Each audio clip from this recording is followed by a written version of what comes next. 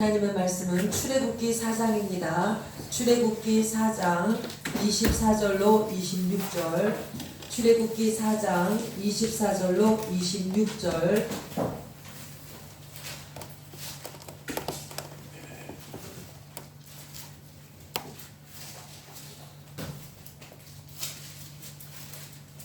출애굽기 4장 24절로 26절. 우리 다 같이 한 목소리로 합독하십니다. 모세가 길을 가다가 숙소에 있을 때에 여호와께서 그를 만나사 그를 죽이려 하신지라. 시보라가 돌칼을 가져다가 그의 아들의 표피를 베어 갖다 대며 이르되 당신은 참으로 내게 피난편이로다 하니 여호와께서 그를 놓아 주시니라. 그때 시보라가 피난편이라 함은 할례 때문이었더라. 아멘. 이제 우리 청년들 나오셔서 하나님 앞에 찬양으로 영광을 돌리십니다. 시작.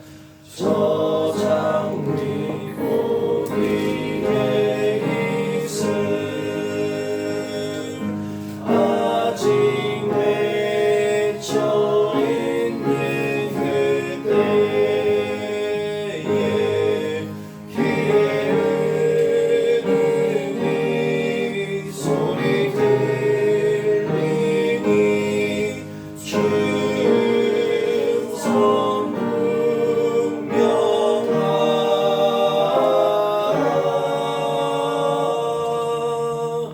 주님 나와 동행을 하면서 나를 친구 삼으셨네. 우리 서로 하는 그 기쁨은 할 사람이 없도다.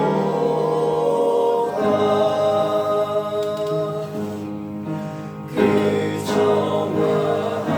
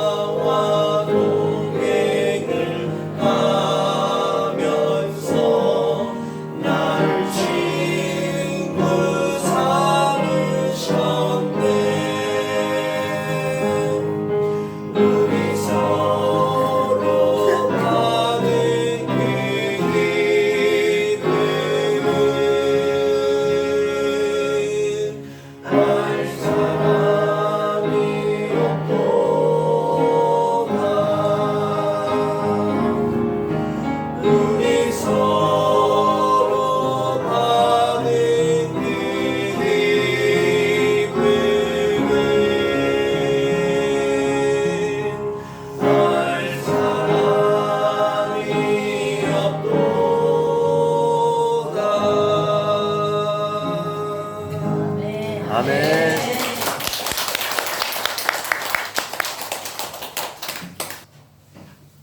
예, 제가 목회한 지 20년 만에 참으로 처음 증거하는 본문의 말씀입니다. 제가 이 말씀을 볼 때 알기는 알면서도 의미를 알면서도 그렇게 깊게 이 본문에 대해서 이렇게 생각을 해보지를 않았었는데 하나님이 이 말씀을 주시면서 이렇게 그 눈을 열어 주실 때에 이렇게 귀한 또 하나님의 음성이 이곳에 들려 있구나라는 것을 제가 말씀을 준비하면서 깨달으면서 묵상하면서 준비한 말씀 가운데 하나님의 친히 대언하시는 기름 부음이 우리에게 있어서 오늘 예배를 통하여서 할례가 얼마나 중요한 것인지, 우리는 왜 할례를 해야 되는 것인지, 이 시점에서 사실은 이 시국에 정말로 우리가 코로나 때문에 너무 힘들어하고 있는 이때에 그곳에 관련된 말씀을 좀 증거할까 했는데 이 시국이 더욱 힘들기 때문에 더욱 오늘 말씀이 우리들의 마음에 새겨져서 우리는 먼저 할례자들이 다 되어져 주셔야 하기 때문에 오늘 말씀을 주님께서 준비시키신 줄 믿으시고 기도하는 마음으로 마음을 여시고 정말로 말씀을 듣는 가운데 우리들의 마음이 할례가 되시는 은혜가 우리에게 있기를 원합니다. 예, 먼저 본문을 보면 24절을 보면 모세가 길을 가다가 숙소에 있을 때에 그랬습니다. 모세가 어느 길을 갔는가? 모세가 이제 우리가 잘 알다시피 그는 40년 동안 그 바로의 궁전에서 왕자의 생활을 했고 또 왕자의 생활을 하던 40년 되던 해에 그 민족을 괴롭히는 그 애굽 사람들을 죽이는 바람에 죽이게 되고 그로 인하여서 이제 모세는 광야로 들어가서 40년을 지내게 되고 40년이 끝나는 그때에 하나님께서 이스라엘 백성들을 구원하라고 모세를 보내시면서 이제 너는 애굽의 학정에서 이스라엘 백성들을 구원해내라는 정말로 민족을 구원해야 되는 민족 구원의 위대한 정말 큰 하나님의 사명을 가지고 이제 길을 가는 그 상황에 있는 그 본문의 배경인 것입니다. 그러면 우리가 여기에서 말씀을 제가 이렇게 준비할 때에 모세가 길을 가다가 다른 세상 길을 간 것도 아니고 자기의 길을 간 것도 아니고 어떠한 길을 가다가인가 하나님의 말씀에 순종한 길을 가다가 이제 길을 가다가 그 숙소에서 잠깐 쉬고 있을 때 일어난 일이라는 것입니다. 먼저 우리는 하나님에게 불순종할 때만이 나에게 어려움이 오는가? 그게 아니라는 것을 오늘 본문을 통해서 알 수가 있다라는 것입니다. 주님이 모세가 하나님 나는 입이 뻣뻣해서 갈 수가 없습니다. 나는 어째서 갈 수가 없습니다. 40세 때에 모세는 내가 민족을 구하리라 하면서 그 민족 앞에서 하나님이 보내신 자처럼 행동하다가 오히려 도망자의 신세가 되고 광야로 들어가서 40년 동안 그는 외로운 생활을 보내고 40년이 끝났을 때 하나님께서 이제 부르셔서 이제 네가 나가서 민족을 구하라 라는 말씀 앞에서 오히려 모세는 40살 때의 모세는 내가 구하리라 했다면 80세 때의 모세는 못합니다. 나는 입이 뻣뻣해서 못하고 나는 못한다라고 했는데도 하나님께서 아론도 붙여주고 또 능력도 보여주시고 말씀도 주시고 여러 가지 이적을 주시면서 이제 가라. 하나님과 여러 가지의 그 경로를 통해서 이제는 하나님의 말씀에 순종을 하고 이제 길을 떠나는 모세인 것입니다. 그런데 길을 가다가 숙소에 있을 때에 여호와께서 그를 만나사 주님을 만났을 때 우리는 주님을 만나면 나에게는 좋은 일만 있고 나에게는 순적한 일만 있다라고 우리는 생각하는데 아니라는 것을 오늘 본문에서 알 수가 있어요. 모세가 하나님의 말씀에 나는 못 가요 안 할래요 했는데도 하나님께서 하라 해서 모세가 끝내는 이제 순종하고 하나님의 말씀을 따라 길을 가고 있는데 그러 가다가 또 하나님을 만났는데 하나님을 만났으면 좋은 일만 있어야지 하나님을 만났으면 충만한 은혜만 있어야지 오늘 무슨 일이 있는가? 그를 죽이려 하신지라. 이게 도대체 무슨 일인가? 하나님을 만났는데 그리고 순종을 하고 있는데 왜 하나님께서는 모세를 죽이려 하셨는가? 이 한 절에서 우리들에게 많은 말씀을 하고 계시는 것을 알 수가 있어요. 꼭 내가 불순종하고 하나님의 뜻을 어그러뜨릴 때 어려움이 오는, 물론 그때에도 고난이 오지만 하나님의 뜻을 행하고 하나님을 만났고 하나님의 일을 하려고 할 때도 이렇게 죽이려 하신지라. 엄청난 일이 벌어진다라는 것을 오늘 본문에서 알 수가 있다라는 것입니다. 그냥 보통 일이 일어난 게 아니고 그를 죽이려 하신지라. 어떻게 죽이려고 하셨는지는 알 수가 없어요. 갑작스럽게 심장에 무슨 발작을 주셨는지, 급성에 무슨 어떤 죽을 것 같은 병을 주셨는지, 어떤 상황을 주셨는지 알 수는 없지만 분명한 것은 하나님께서 모세를 죽이려고 하셨다라는 것입니다. 하나님의 말씀을 순종하며 나가는 모세에게 죽일 것 같은 어떠한 공포와 압박과 두려움과 그러한 그 사망이 이 가정에 엄습하고 있다는 것을 우리는 먼저 깨달으면서 정말로 우리가 주님 앞에 순종하며 나아가는 어떠한 길 앞에서도 이러한 어려움이 우리를 붙들 수가 있다는 것을 깨달으시면서 한면으로는 위로가 되어지고, 아, 하나님의 일은 이렇게도 하시는구나를 알 수가 있다라는 것입니다. 그러므로 위로를 받으시기 바랍니다. 내가 꼭 무엇을 잘못했어, 내가 꼭 무엇인가를 하나님 앞에 불순종해서의 어려움이 아니고 아버지의 뜻대로 살려고 하고 주님 앞에 순종하려고 할 때도 이런 하나님의 이런 어려움이 우리들 앞에 있을 수 있다라는 것을 기억하시면서 위로받으시는 먼저 은혜가 있기를 원합니다. 아멘. 예, 이렇게 그를 죽이려고 하니까 이제 십보라가 누굽니까? 모세의 부인입니다. 십보라가 25절에 돌칼을 가져다가 그의 아들의 표피를 베어 그의 발에 갖다 대며 이르되 당신은 참으로 내게 피난편이로다 하니, 이게 무슨 말이냐면 이제 십보라는 이방인이었어요. 그렇기 때문에 모세에게 말을 들었을 것 같아요. 이스라엘 백성들은 하나님께서 뭐라 그랬는가? 아들을 낳으면 8일째 만에 할례,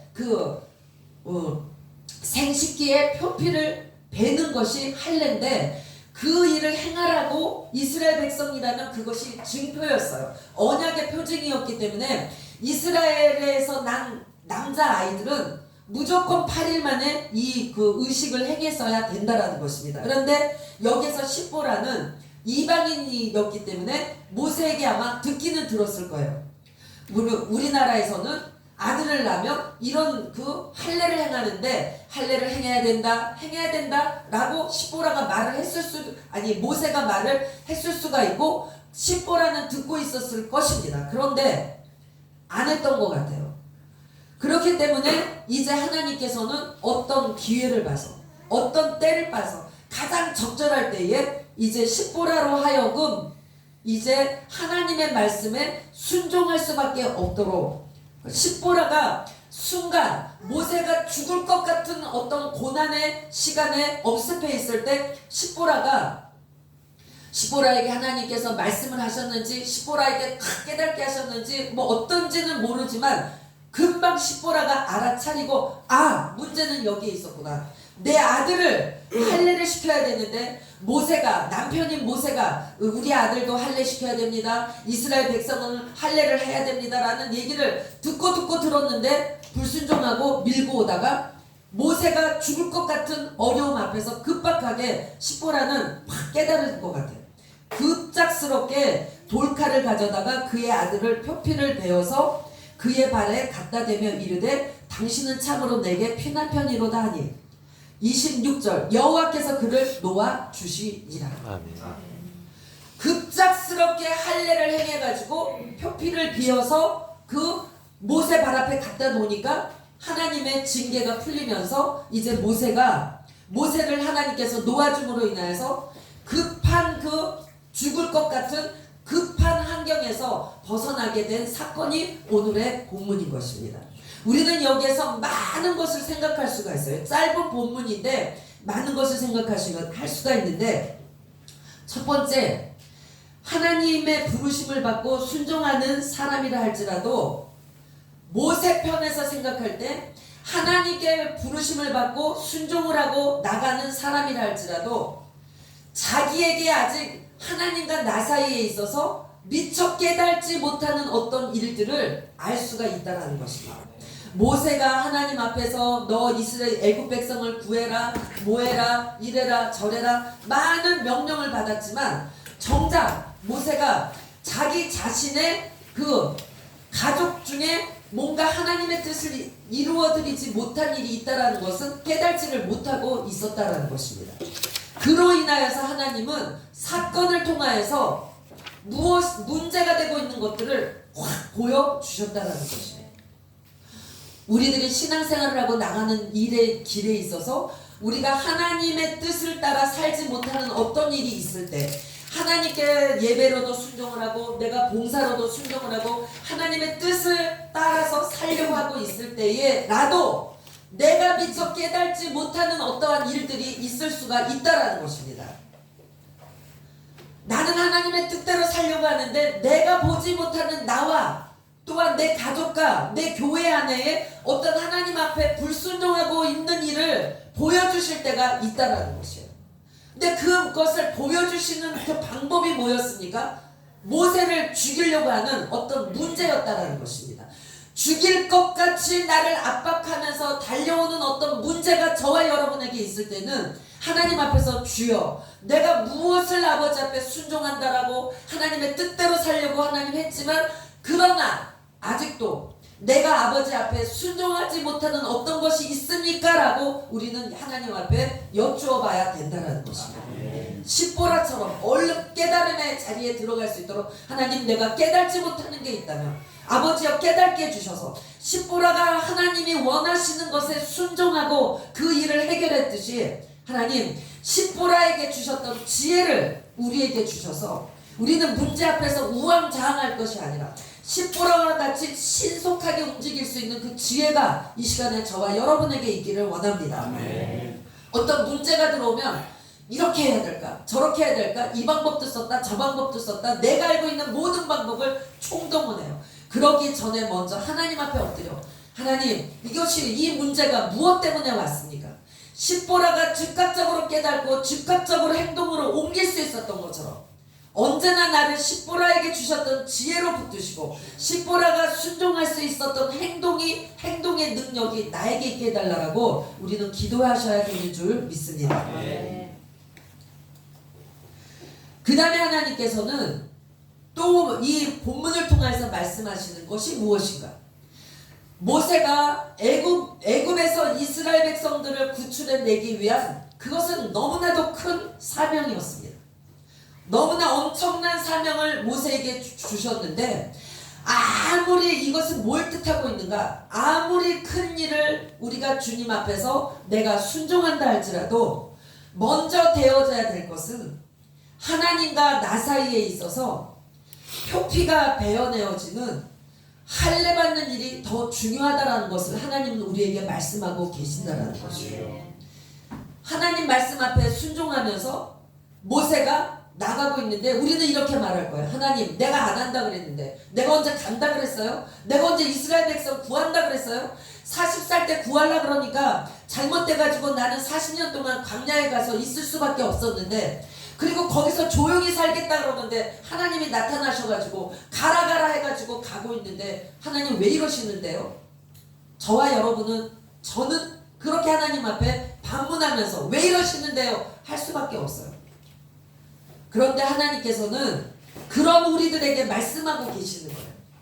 너희들이 나와서 예배하고 나와서 뭔가 주님의 이름으로 무슨 일을 하고 세상에 어떤 주어진 일을 하고 어떤 일을 하기 전에 큰 모세와 같은 큰 일 가운데 하나님께 순종하는 일이든 아니면 우리들의 일상에서 어떤 일에 순종하는 일이든 어떤 일을 하기 전에 중요한 것은 하나님과 나 사이에 있어서 주님이 주시는 말씀에 대한 순종이 먼저라는 것을 하나님은 이 본문을 통하여서 우리에게 말씀하고 계신다는 것입니다. 그런데 오늘 본문에서 문제가 뭐였습니까? 이스라엘의 아들이라면 무조건 8일 만에 할례를 받았어야 되는데 이 그 모세의 아들은 어떻게 됐어요? 십보라, 믿지 않는 이방인의 여인의 아들이었기 때문에 아들 그 같이 하고 있었기 때문에 말은 들었어. 할례해야 되는데 말은 들었지만 행동으로 옮기지 못했던 것을 하나님께서 큰 일을 앞두고 이제 먼저는 이 말씀에 순종하는, 말씀을 이루시는 일을 먼저 보여주고 있는 것처럼 저와 여러분에게 오늘 본문을 통해서 무엇을 말씀하시는가? 너희들이 먼저 마음에 할례 받기를 원한다. 먼저 할례 받기를 원한다. 아멘. 이 시간에 말씀을 들으면서 나는 주님으로부터 할례 받은 자이다. 할례는 하나님과의 나와의 하나 되는 언약의 표시예요. 자, 이제부터 할례가 뭔지 오늘 피난편이라 함은 할례 때문이었더라. 피난편. 할례는 피를 흘려요. 주님이 우리를 위하여서 피를 흘리셔서 우리를 구하셨고 또한 표피를 뵐 때 피를 흘려서 주님 앞에 속하는 것처럼 주님이 먼저 십자가에서 피 흘리셔서 우리를 구원하셨고 우리도 또한 내 자아의 가죽의 자아의 그 자아를 뱀으로 인하여서 그 가죽과 같이 굳어져 있는 내 마음의 표피를 뱀으로 인하여서 우리도 피를 흘려서 주님이 먼저 우리에게 피난편이 되시고 우리도 또한 주님 앞에 피난편으로서의 우리가 반응하는 일이 우리에게 있어야 된다는 것입니다. 조금 어려워요. 제가 이게 말이 잘 안 나오더라고요. 무슨 말씀이신지 알아들으시겠습니까? 아멘. 주님이 우리를 위해서 십자가에서 피 흘리셔서 우리의 피난편이 되주셨어요. 그러므로 주님은 나의 피난편이라는 것을 먼저 기억하셔야 되고 또 주님이 피 흘려주신 거에 대해서 내가 반응하는 방법도 내 자아의 표피를 할례함으로 인하여서 우리도 피를 흘림으로 우리도 피난편의 자리에 있어서 주님과 합해질 수가 있다는 것입니다. 이렇게 그 십보라가 이제 피난편이다 라는 고백을 하면서 할례를 통하여서 이제 모세가 구원하게 된 것처럼 주님께서 우리에게 피 흘려주시는 그 주님의 그 일을 믿음으로 인하여서 먼저는 우리가 이 죽음에서 노임을 받게 된다는 것을 우리는 기억하시면서 그렇다면 피난편이라 함은 할례 때문이었더라. 할례는 뭔가? 우리 한번 할례가 무엇인지에 대해서 한번 살펴보도록 하겠습니다. 창세기 17장을 보십니다. 창세기 17장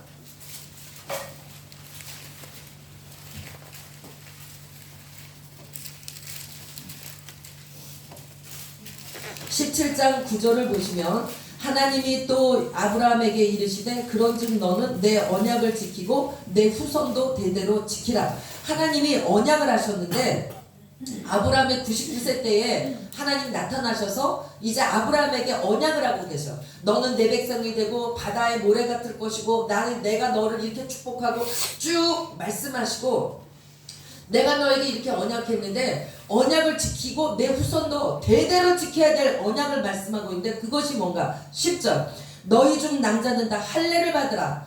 할례 받는 것이 언약의 표시였다라는 것입니다. 너희 중 남자는 다 할례를 받으라. 이것이 너와 너희와 나와 너희와 너희 후손 사이에 지킬 내 언약이니라. 언약의 표시가 할례였어요. 그렇기 때문에 이스라엘 백성들은 아들을 낳으면 이렇게 8일 만에 표피를 자름으로 인하여서 할례를 행해서 하나님의 언약 백성이라는 표시를 그들의 몸에 갖게 됐다라는 것입니다. 11절 너희는 표피를 베어라. 이것이 나와 너희 사이의 언약의 표징이니라. 이스라엘의 백성, 구약시대의 이스라엘 백성은 할례를 행함으로 언약의 표징을 가졌다면 오늘 신약에 사는 저와 여러분은 마음에 주님을 모셔드림으로 이 언약의 표징이 있으셔야 된다는 것입니다. 12절 너희의 대대로 모든 남자는 집에서 난 자나 또는 너희 자손이 아니라 이방 사람에게서 돈으로 산 자를 막론하고 난 지 8일 만에 할례를 받을 것이라. 너희 집에서 난 자든지 너희 돈으로 산 자든지 할례를 받아야 하리니 이에 내 언약이 너희 살에 있어 영원한 언약이 되려니와. 그들의 살 가운데 살 가운데 하나님의 자녀라는 언약의 표징을 주기 위하여서 8일 만에 할례를 행하라고 주님이 언약의 표징이다 라고 말씀하시면서 구약시대에 사는 모든 이스라엘 백성들은 이 할례를 행하게 됐다라는 것입니다. 언약의 표징. 그러면 신약에 사는 우리들은 이 언약의 표징이 없어야 될까요? 우리들에게도 이 언약의 표징이 있으셔야 된다라는 것이에요. 그렇기 때문에 이 할례가 너무너무 중요하기 때문에 오늘 우리에게 다시 말씀하시니, 오늘 이 말씀을 드리면서 주여 이 언약의 표징인 구약시대 때의 표피를 베어서 할례를 행함으로 언약의 표징이 되었던 그 표징이 나에게, 내 가족에게, 내 자손에게, 내 교회의 모든 사람들에게, 나도 신약시대에 사는 나지만 언약의 표징이 나에게 있기를 원합니다. 기도하는 마음으로 우리가 이 말씀을 받음으로 하나님께서 언약의 표징을 이 시간에 우리들에게 잊혀주시는 축복이 있기를 원합니다. 자, 누가복음 2장을 보십니다. 누가복음 2장.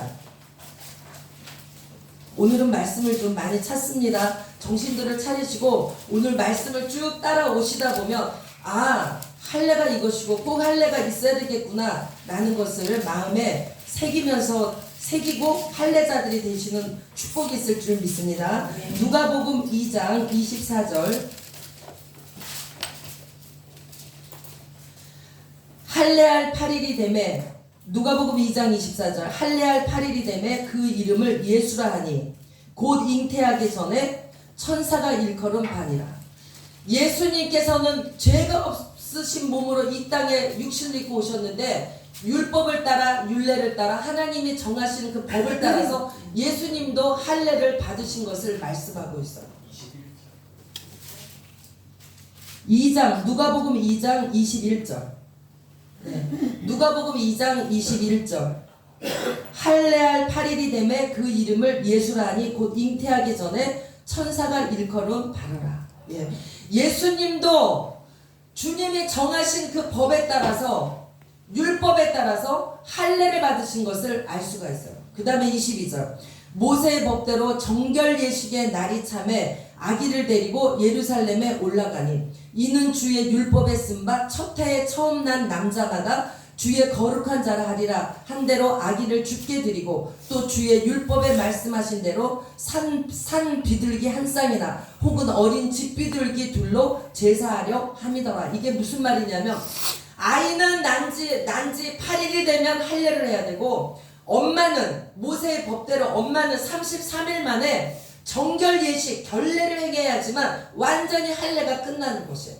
아기 난 엄마는 부정하다라고 레위기에 이게 칭하고 있는 거야. 아기를 낳은 여인은 부정한데 아들을 낳으면 33일, 딸을 낳으면 60일이 차야지만 하나님 앞에 나올 수가 있어요. 성전에 나올 수가 있고 이제 예배를 드릴 수가 있기 때문에 33일이 되면, 8일이 되면 할례를 하고 33일이 되면 자기 형편에 따라서 양을 가져오든지 비둘기를 가져오든지 가지고 나와서 깨끗하게 됐다라는 것을 제사장 앞에 고해야지만 이제 너는 정결해졌다라고 그 아기와 함께 하나님 앞에 드린 바가 되어지면서 이제 그 여인도 성전을 나올 수가 있는 이런 예식, 정결 예식, 이것을 결례라고 하는데 이것까지 끝나야지만 이 할례가 끝나는 거예요. 이게 오늘날 뭘로 말할까요? 유아세를 괜히 주는 거 아닙니다. 이 말씀에 토대해가지고 아이를 뭐라고요? 거룩한 자라 하래가 한 대로 아기를 죽게 드리고, 아기를 죽게 드리고 그 어미도 너도 깨끗해져.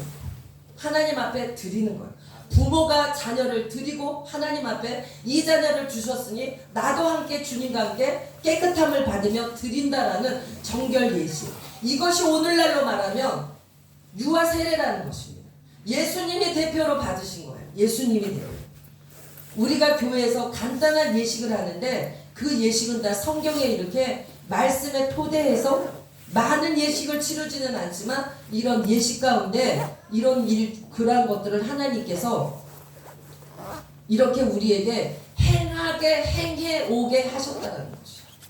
그리고 이제 말씀으로 더 밝히 드러내시면서 이런 말씀 때문에라도 우리는 그동안에 그냥 의식처럼 예식처럼 행해왔는데 너무나 감사하게도 하나님께서는 이 말씀 가운데 우리를 인도하고 계셨다는 것을 우리가 알 수가 있다는 것입니다. 자, 이렇게 예수님도 우리를 대표를 해서 예수님의 엄마 마리아도 이제 33일이 되자 집비둘기를 가지고 나와서 2마리를 가지고 나야 돼. 2마리를 하나는 하나님 앞에 번제로 올려드리고 하나는 속죄제로 올려드려서 순종과 봉사를 헌신하면서 나의 모든 것을 드린다는 의미로 이렇게 정결의식을 끝났을 때 이제 그 아들과 그 어미는 하나님 앞에 온전히 드려진 자가 된다라는 예식을 구약시대 때 그렇게 했다라는 것입니다.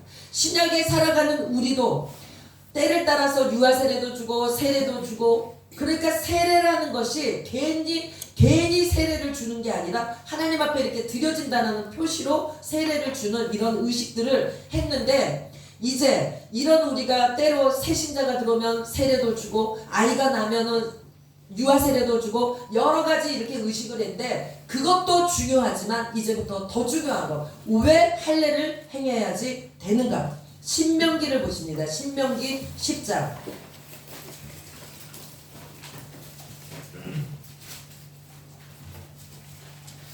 구약 278조, 신명기 10장, 구약 278조, 신명기 10장 16절.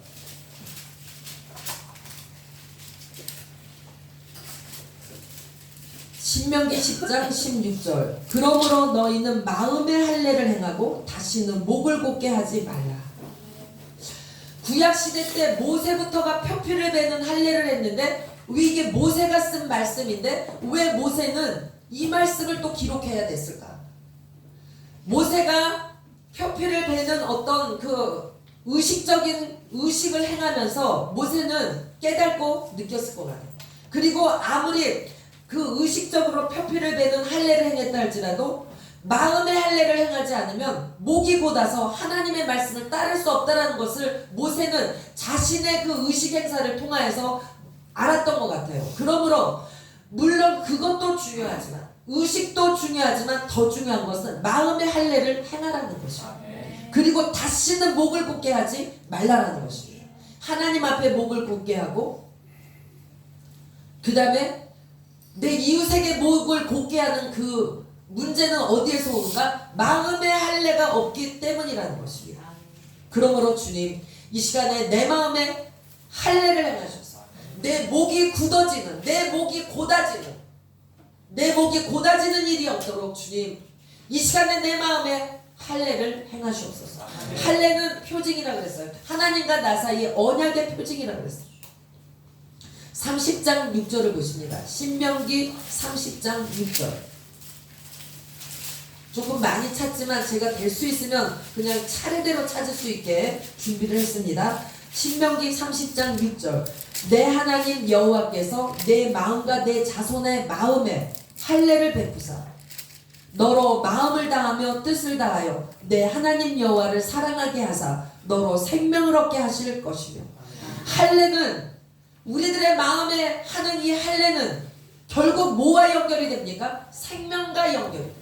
아멘. 생명을 얻게 하시기 위해서 오늘 우리의 마음을 할례하시기를 원하신다는 것입니다. 내 하나님 여호와께서 내 마음과 내 자손의 마음에, 주님 이 시간에 기도하십시다. 내 마음과 내 자손의 마음에 할례를 베풀어 주시옵소서. 너로 마음을 다하며 뜻을 다하여 내 하나님 여호와를 사랑하게 하사 너로 생명을 얻게 하실 것이다. 할례는 이렇게 우리로 생명으로 인도하는 길이라는 것을 기억하시기 바랍니다. 에레미야 12장을 보십니다. 에레미야 4장 구약 에레미야 4장 구약 1055조 구약 1055조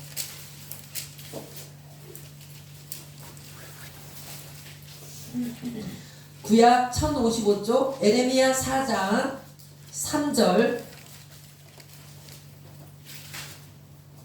에레미야 4장 3절 여호와께서 유다와 예루살렘 사람에게 이와 같이 이르노라.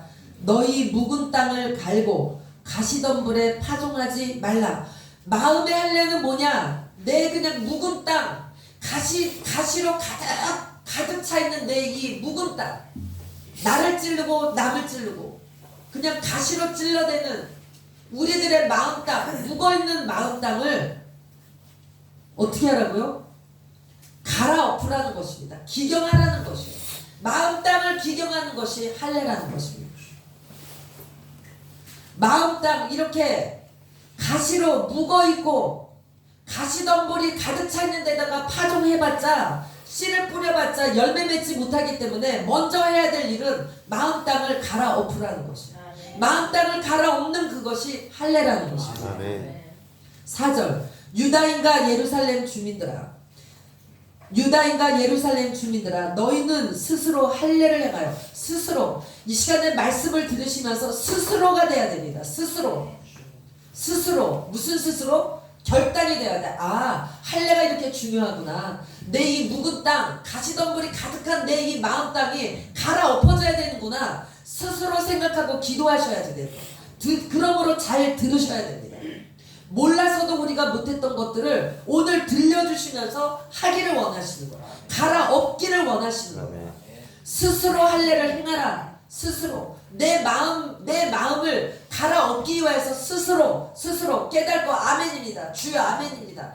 내가 내 마음 땅이 너무 무거이고 내 마음 땅에 너무 가시가 많아서 하나님 말씀이 들어와도 파종을 해도 말씀을 아무리 많이 들어도 열매를 맺지 못했군요. 주여 아버지 스스로 알고 기도하셔야 돼요. 할례를 행해달라고. 하나님 내 마음에 할례를 행해주세요. 너희 할례를 행하여, 할례가 뭔가 너희 마음 가죽을 베고 내 마음 가죽을 베버리는 것, 묵어 있어갖고 단단해진 내 마음 가죽을 베는 것이 할례라는 것이에요. 묵은 땅에다 우리 농사 지어봐서 잘 아시지만 묵은 땅에다가 씨 뿌려봐야 거기에 결실이 얼마나 됩니까? 결실이 안 되잖아요. 묵은 땅도 문제인데 묵은 땅에 뭐까지 있습니까? 가시덤불까지 묵어져 있어. 그 땅에다가 아무리 씨를 뿌려봤자 소추 그 결실은 뭐 농사 지어 보신 분들 잘 아시잖아요. 없기 때문에 내 마음이 그렇다라는 걸 먼저 고백하셔야 돼요. 주님, 내 마음이 묵은 땅과 같이 단단해가지고 거기다가 가시덤불까지 있어가지고 말씀을 아무리 들어도 열매 맺을 수가 없어. 씨가 그곳에 떨어져 봤자 어떻게 열매를 맺을 수가 없는 그 내 단단한 마음 가죽, 너희 마음 가죽을 베고 마음 가죽이 베어지시는 은혜가 이 시간에 저와 여러분에게 있기를 원합니다. 마음 가죽이 베어지는 것이 뭔가 할례라는 것이요. 이스라엘 구약시대 때는 8일 만에 난 아기의 그 표피를 베는 것이 할례였다면 신약에 사는 우리들에게는 마음 가죽을 베어달라고 스스로 하나님 앞에 결단하고 주님 내 마음 가죽을 베어주세요. 나와 내 자손의 마음 가죽을 베어주세요라고 나오는 거. 여기까지가 우리가 할 일이에요. 그러면은 우리들의 기도를 듣고 마음 가죽을 베시는 분은 누굽니까? 하나님이 베셔. 내가 내 마음 가죽을 벨 수가 없어요. 아무리 내가 땅이 묵어갖고 땅이 단단해.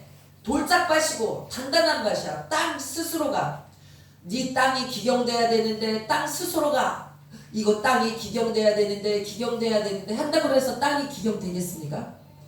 땅을 갈아엎는 것을 누가 하는 거예요? 농부가 하는 거죠. 그런데 땅이 할 일은 내 이 땅이 너무너무 단단한데 너무 묵었는데 땅이 알아차릴 것은 내가 묵었다 단단하다 이것은 내가 알아차려요.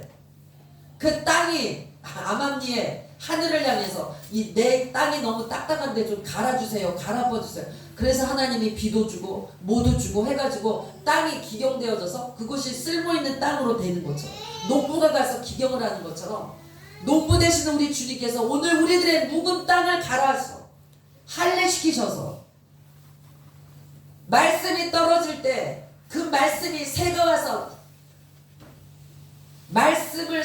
와서 집어가 버린다 그랬는데 기경된 땅에 말씀이 떨어지면 그 흙 속으로 쏙 들어가니까 새가 못 집어가요. 그런데 그냥 그 딱딱한 땅에 씨가 떨어지니까 새가 와서 말씀이 떨어진과 동시에 새가 와서 말씀을 뺏어간다 그랬어요. 근데 새가 뭐라 그랬는가? 마귀라 그랬어요. 우리들에게 말씀이 떨어지는데 내가 말씀을 아멘으로 받아서 열매 맺지 못한다면 우리는 그 말씀을 뭐에게 뺏기고 있는가? 마귀에게 뺏기고 있다는 것을 깨달으시기 바랍니다.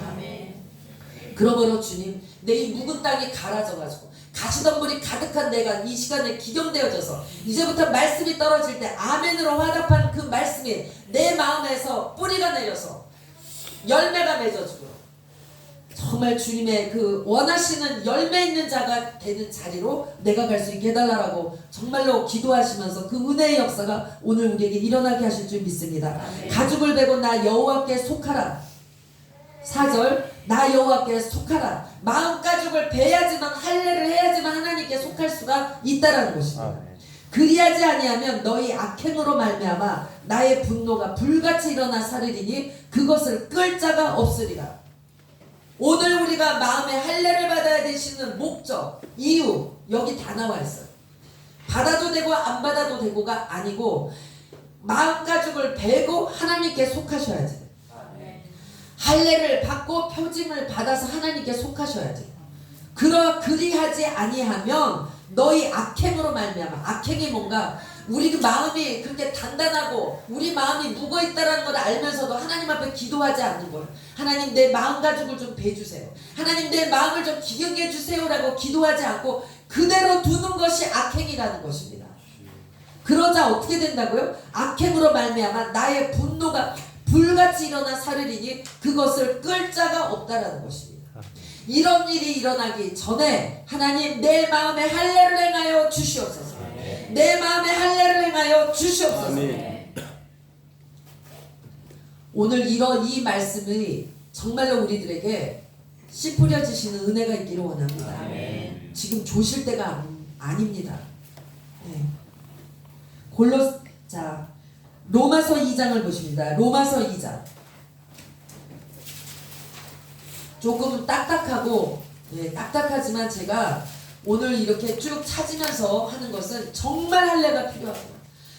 모세가 죽을 뻔했던 이유가 뭡니까? 아들이 할례를 행하지 않음으로 인해서 죽을 뻔했던 것처럼 우리가 할례가 되지 않음으로 인해서 우리도 죽을 수 있다는 것을 하나님께서 깨닫게 하시기 때문에 우리가 오늘 말씀을 찾으면서 정말로 이 할례의 중요성을 알아야 되기 때문에 제가 쭉 말씀을 찾습니다. 로마서 2장을 보십니다. 로마서 2장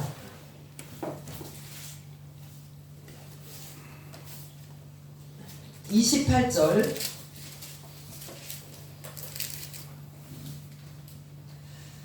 무릇 표면적 유대인이 아니요 표면적 육신의 할례가 아니니라. 이스라엘 백성들은 나는 유대인이야, 나는 할례를 행했거든. 지금도 그러고 있어요. 이스라엘 사람들 나는 유대인이야, 할례를 다 했어. 지금도 얼마나 열심히 그 아들들이 나면 8일만 되면 할례를 행하겠습니까?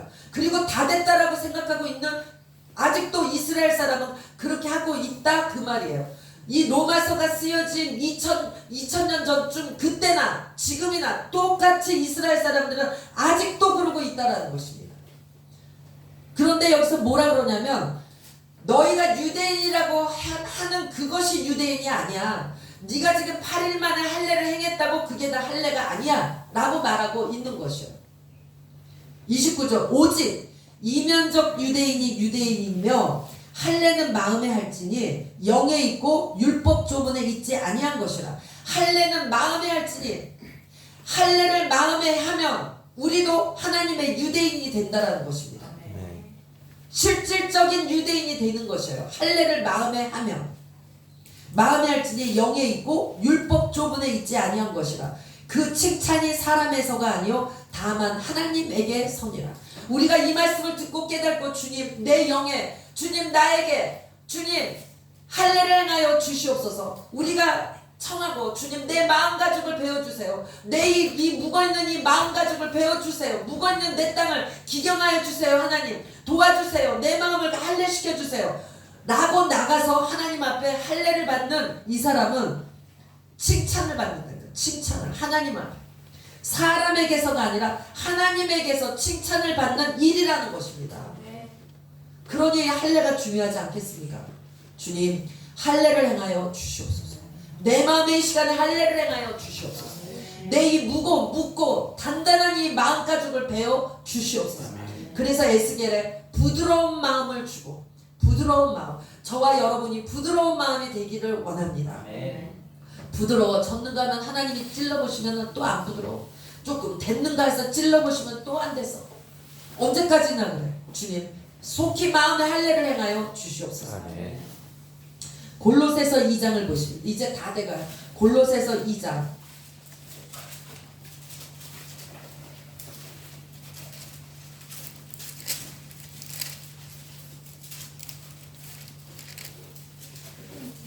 2장 11절, 골로새서 2장 11절, 신약 326조, 그냥 그 뒤로만 조금씩 보시면 됩니다.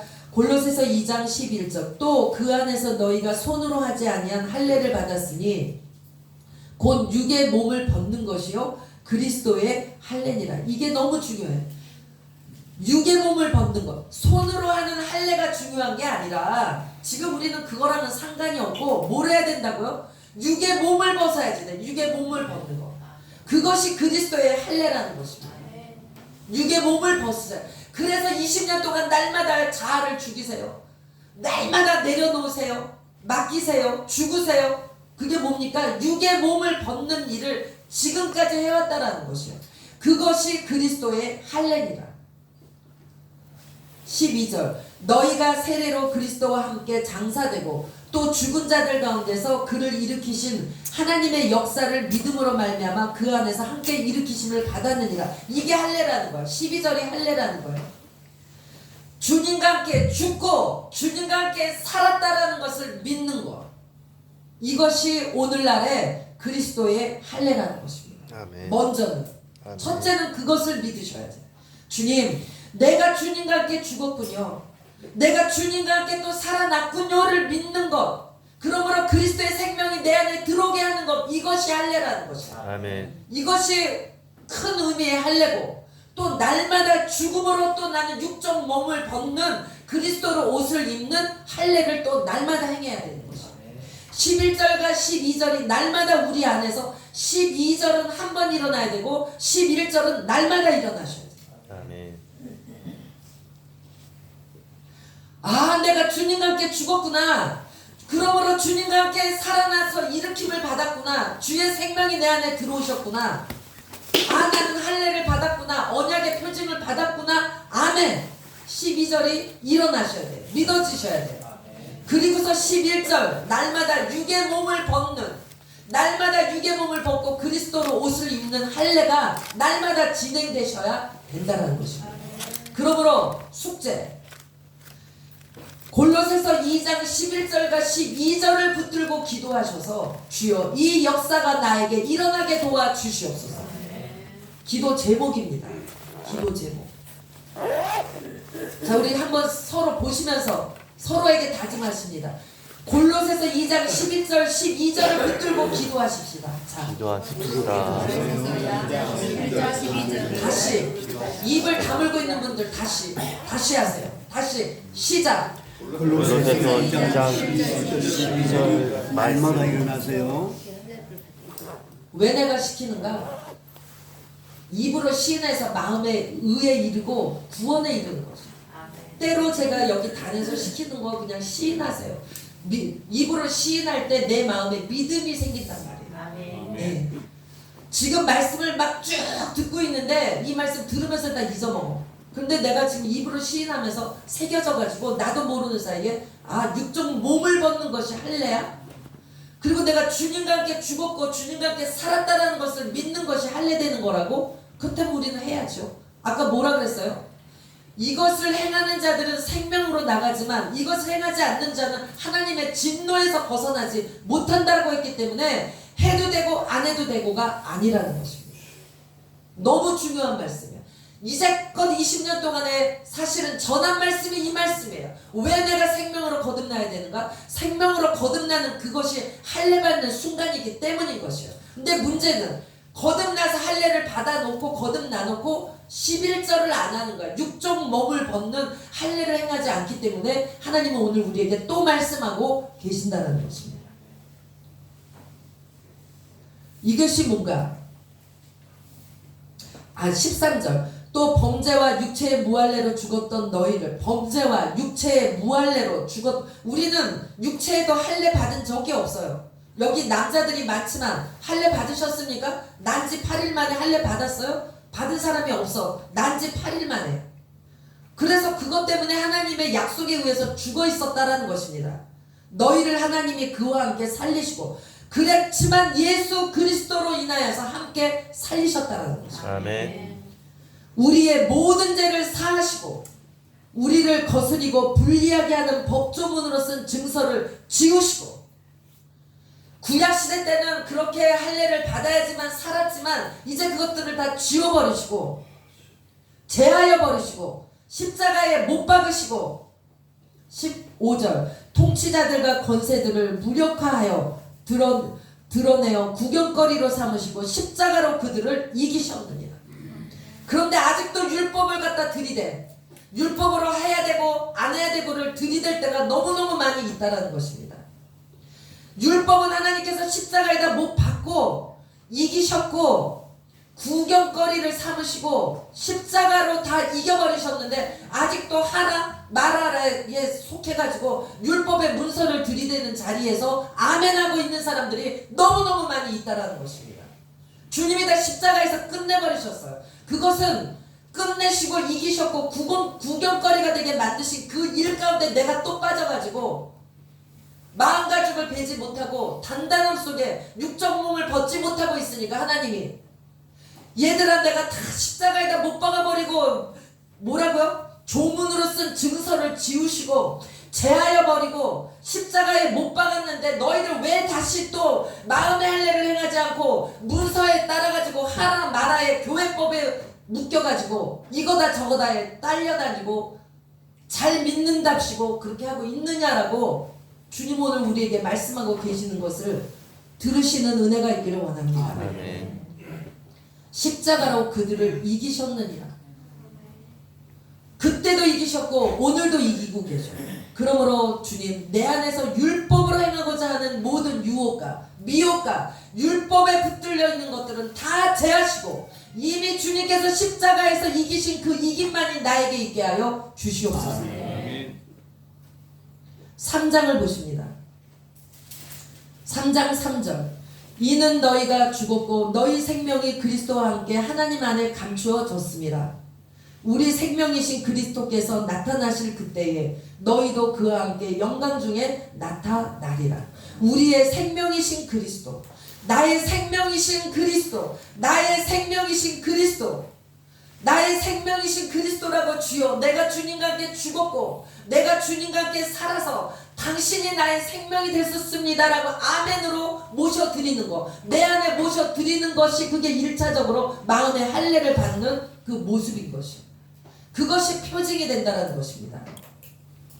그리고 날마다 육적 몸을 벗는 할례를 우리가 행하며 나아갈 때 하나님의 영광 중에 나타날 때 우리도 그 영광에 동참하는 자들로 우리를 붙들어 주시고, 이것은 그날에 일어날 영광만이 아니라 오늘 내가 이 두 가지의 할례, 큰 의미에 함께 죽었고 함께 살았다라는 넓은 의미의 할례, 날마다 육적 몸을 벗는 할례, 이 두 가지를 우리가 행하고 있다면 지금도 우리는 믿는 자에게는 이런 표적이 따르리니, 믿고 세례받는 자에게는 이런 표적이 따르리니. 왜 이 세례를 제가 지금까지 할례를 말했는가? 지금은 세례인 것입니다.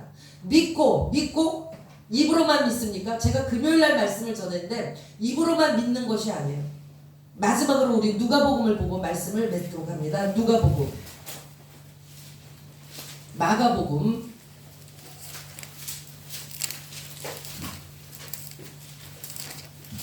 마가복음 16장, 마가복음 16장 16절.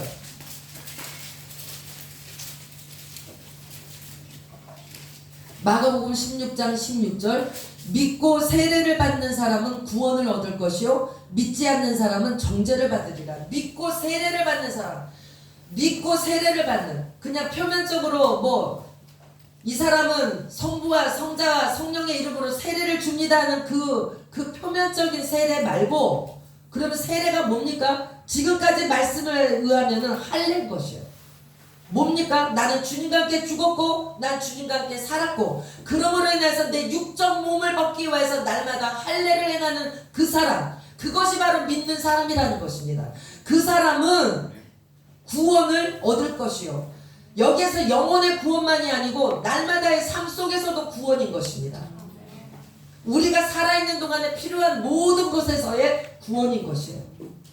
그러므로 그런 자들에게 17절, 믿는 자들에게는 이런 표적이 따르리니, 믿는 자들, 어떤 믿는 자들? 할례를 행하면서 믿는 그 자들에게는 이런 표적이 따르리니 곧 그들이 내 이름으로 귀신을 쫓아내며, 그래서 금요일날 우리가 다 주님의 이름으로 귀신을 쫓아냈어요.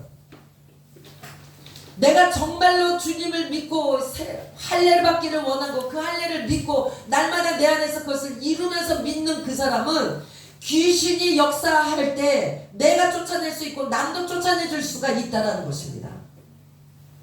이게 그냥 써있는 글씨가 아니에요. 그냥 써있는 말이 아니에요. 실제로 우리의 삶에 이런 일들이 일어나야 돼요. 내 이름으로 귀신을 쫓을 수가 있어요. 예수의 이름으로 할례받은 자들, 세례받은 자들은 예수의 이름으로 귀신을 쫓을 수 있는 표적이 따라야 된다는 것입니다. 이것이 따르는 게 아니고 날마다 귀신한테 끌려다녀요. 날마다 귀신한테 끌려다녀요. 우리는 언제까지 귀신한테 끌려다녀야 되겠습니까? 날마다 날마다 이제는 이 말씀을 붙들고 일어나서 예수의 이름으로 물러가라.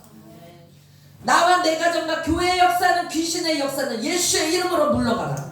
저의 말입니까? 믿는 자들에게는 이런 표적이 따르리니 곧 그들이 내 이름으로, 내 이름이 뭐예요? 예수의 이름으로 귀신을 쫓아내셔야 돼. 역사는 귀신을 예수의 이름으로, 내가 믿고 세례받은 자라고 믿으신다면, 내가 믿고 세례받은 자라고, 믿고 할례받은 자라는 것을 믿으신다면 이제는 딸려다니는 것이 아니라 예수의 이름으로, 내 이름으로, 예수의 이름으로 귀신을 쫓아내시는 능력이 우리에게 임하시는 축복이 있기를 원합니다. 쫓아내며 새 방언을 말하며, 새 방언은 뭐라 그랬습니까? 이런 모든 지금 제가 전한 말씀이에요. 이 말씀을 가서 믿는 사람들한테 한번 해보세요. 율법이 아니에요. 우리는 생명으로 갑니다. 은혜로 갑니다. 못 알아들어. 아니야, 하라, 마라. 말귀를 못 알아듣는 새 방언인 것입니다. 그 다음에 18절, 뱀을 집어 올리며, 뱀을 누가 집어 올렸습니까? 사도 바울이 그 파산한 배에서 이렇게 그 모여가지고 있는 사람들 앞에서 어떤 불을 떼고 나무를 집었는데 거기에서 뱀이 물고 있었는데, 거기에서도 사도 바울은 독도 퍼지지 않고 살아난 것을 또 우리가 알 수 있고, 지금 시대에 뱀을 집어 올린다? 독을 마셔도, 독을 마실지라도 해를 받지 아니하며, 독을 마실지라도, 지금 코로나가 퍼져서 난리를 치는데 하나님께서 믿는 자들에게 하나님께서 보호하시는 은혜가 있을 줄 믿습니다. 그렇다고 독을 주서 마시라는 것이 아니에요. 어떠한 어려움이 우리에게 온다 할지라도 해를 받지 않도록 하나님께서 이 땅에 사는 저와 여러분을 지키시고, 하나님 한 번도 실수하지 아니하시고 하나님 한 번도 우리를 실망시키지 않고 우리를 지키신다는 것을 믿으시기 바랍니다. 병든 사람에게 손을 얹은 즉 나으리라 하시리라. 병든 사람에게 손을 얹어. 어떨 때는 즉각 나을 수도 있어요. 예수의 이름으로 안수할 때 즉각 나을 수도 있어요. 안 나을 수도 있어요. 그런데 하나님은 그냥 두시지 않아. 어떡합니까? 병들어서 하나님 앞에 믿음으로 기도하며, 얘야 어느 병원에 가봐, 어떤 약국에 가봐, 너 오늘은 쉬어, 오늘은 뭐 어떻게 물을 많이 먹어, 뭐 해라, 즉각 고쳐주실 때도 있어요. 예수님도 어떻게 합니까? 진흙을 발라가지고 눈에 바르실 때도 있고, 어디로 내려가서 씻으라고 할 때도 있고, 주님의 방법도 여러 가지였듯이 오늘 우리에게도 여러 가지 방법을 주시는데, 문제는 뭔가? 주님께 기도하셔야 돼요. 어떡할까요? 라고 물으셔야지. 그러면 주님이 이 방법 저 방법 때를 따라 다 가르쳐 주시고, 즉각적으로 손을 얹어 기도할 때 낫게 하실 수도 있고, 주님의 방법은 다양하다는 것입니다. 손을 얹은 즉 나으리라. 문제는 뭐냐? 이 말씀을 우리가 믿는 것이에요. 내가 믿고 세례받은 자라면 이 말씀을 내가 이 땅에 사는 동안에 하나님은 이 말씀 가운데 나를 지키실 거라는 것을 믿는 것이에요. 믿으십니까? 이 말씀을 마음에 새기시고 믿음으로 아멘 하셔서 마음에 새기셔서 너무나 지금 코로나 때문에 마음이 심란스럽고 우리가 마음이 어떻게 보면 마음 둘 곳이 없어서가 이래. 말씀으로 방패 삼아가지고 말씀을 방패 삼아 들이대시는 은혜가 있기를 원합니다.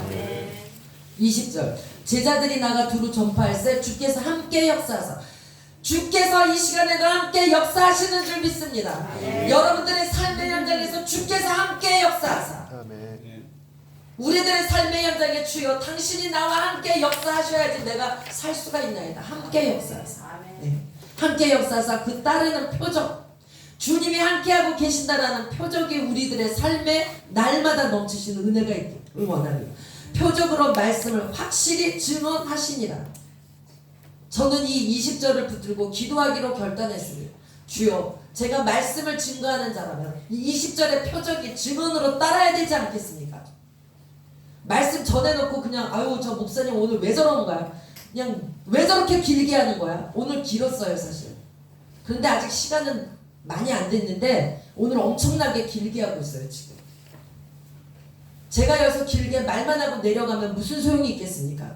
오늘의 말씀이 우리들의 마음에 새겨져서 표적이 되어지고 증언이 되어져서 맞아 나도 할례 받아야 돼. 왜? 세례 받아야 돼. 왜? 그래야지만 구원을 입을 수가 있어. 구원 얻은 자에게는 이런 표적이 따른다고 했어. 마가복음 16장의 이 말씀이 표적으로 우리에게 따르기 위해서 오늘 증거된 말씀을 주님이 증언해 주셔서 함께 역사하셔서 증언해 주셔서 우리들의 삶에 표적으로 따르는 말씀을 들을 때는 아멘 하다가 문 밖에 나가면 다 또 힘 빠진 코로나 때문에 벌벌벌 떠는 저와 여러분이 그런 힘 빠진 그런 모습이 아닌 말씀을 앞세우고 어떤 상황이라 할지라도 주님이 끝까지 지키실 것을 믿고 담대하게 나갈 수 있는 은혜가 저와 여러분에게 임해야 될 줄 믿습니다. 함께하사 하나님이 함께하사 이런 표적 이런 증언 이런 은혜의 역사가 우리들에게 임할 수 있도록 오늘의 말씀을 모세로부터 시작해서 한 바퀴 돌아가지고 오늘 누가복음에 이르렀는데 모세 아들의 할례로 시작해가지고 진짜 성경을 한 바퀴 돌아가지고 결국은 주님이 함께 하셔서 주님의 그 함께 일하심이 우리를 통하여서 함께 하시고 일하심이 우리들의 삶의 현장에서 정말로 일어나는 그런 증언이 따르는 은혜의 역사가 우리들의 삶에 표적으로 나타나실 수 있는 축복이 저와 여러분에게 있기를 원합니다. 들으신 말씀 생각하시면서 오늘 증거된 말씀이 우리들의 삶의 현장에 일어나게 해달라고 우리 잠시 기도하시겠습니다.